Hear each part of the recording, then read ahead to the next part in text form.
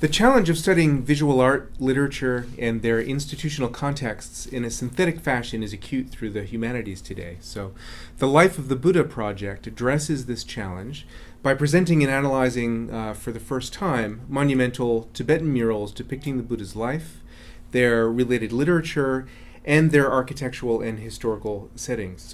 One of the challenges we wanted to address was digital means to synthesize text and image in an architectural context.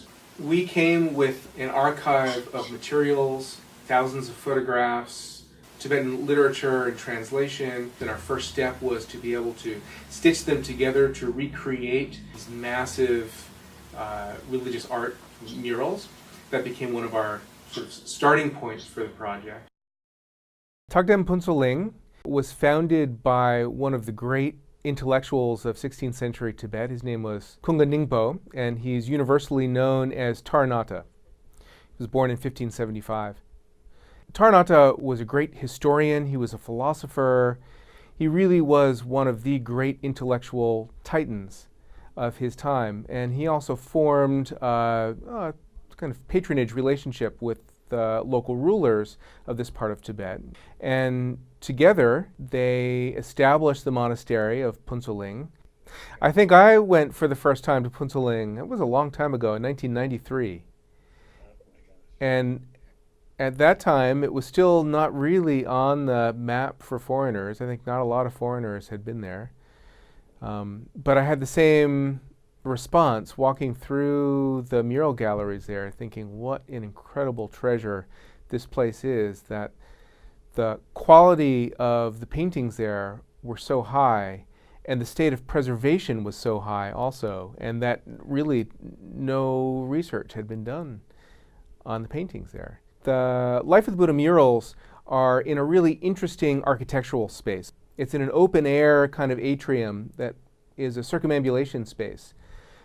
And it's a space that local pilgrims will come to and will circumambulate as a means of kind of encountering the Buddha as they come on pilgrimage to the monastery. And while we were in the process of photographing the murals, we actually saw a number of pilgrim groups come through, and they did exactly that. They walked around, and as they came across parts of the story that might look familiar, the Buddha's enlightenment or his life as a young prince, the archery contest that he engaged in, that looked familiar to them, they would stop and sort of talk about it. There were many parts that they likely did not know the details of the story, but the result was that they were able to sort of encounter the Buddha in the full context of his life, of a life fully lived. And that was a very powerful moment for us to see that these murals were not just static images, but were still part of a vibrant and living tradition. So when we watched people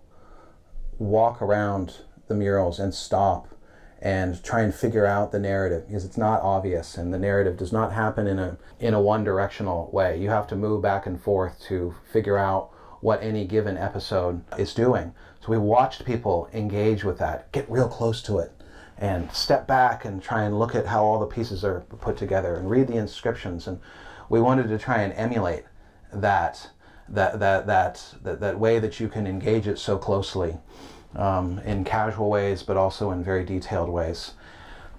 But we also wanted to give people the ability to read the literary narrative along with the visual narrative.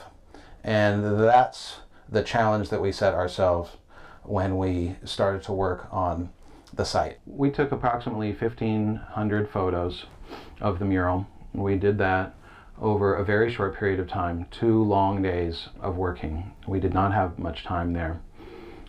We systematically took close-up photos of the entire thing, knowing that we could stitch them together when we got back home. We've, in the subsequent years, hired people to do that technical processing of the photographs, and the starting point for the site that we've created is a really high quality photographic representation of the mural. The Life of the Buddha website then presents an opportunity for readers and viewers to engage with the visual narrative and the literary narrative, each one of those on their own terms, but also to see their relationships.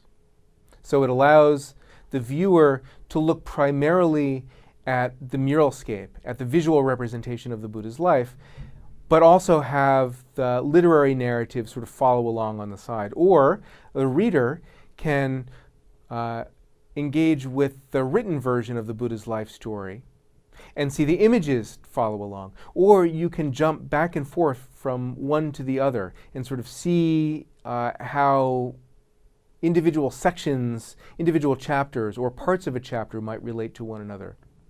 It also allows the viewer to sort of wander, meander through the story as a local pilgrim might. You can find a scene in the mural that looks intriguing or engaging, and then stop and zoom out and look back at a scene that might occur earlier in the story but looks fascinating, and see the relationship between those two narrative episodes. So it allows for multiple modes of engagement. You can read them sequentially, chronologically, like a literary story from beginning to end. But you can also view the images as if you were walking through the muralscape and sort of let your eye, your gaze wander to find, what looks most intriguing. There's nowhere else where we have this combination of literature of different types and a very large and complex mural that we know are connected and that we can understand in the context of a single creator's life in great detail.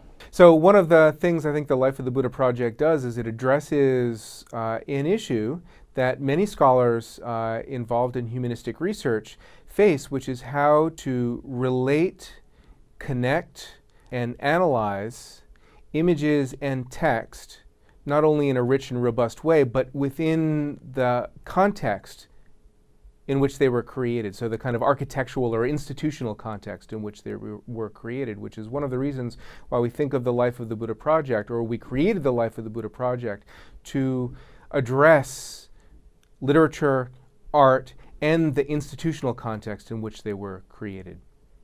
What we hope we've done in making the literary and the visual accessible as a single unified whole is give people a resource to explore that themselves, to explore the innovative storytelling that the visual narrative represents.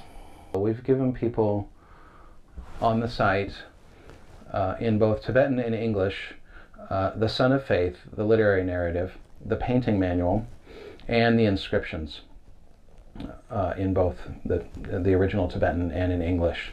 We've also given people references to the classical Indian literature, the monastic code literature, so that if they want to, they can get a better sense of how Taranaka worked with his classical sources too. But there's so much more to be done with that.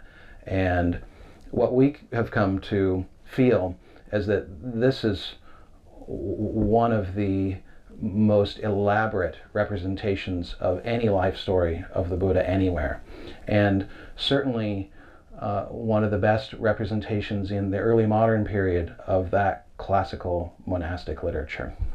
The Life of the Buddha Project is made possible through the generous support of the American Council of Learned Societies and the Robert H. N. Ho Family Foundation.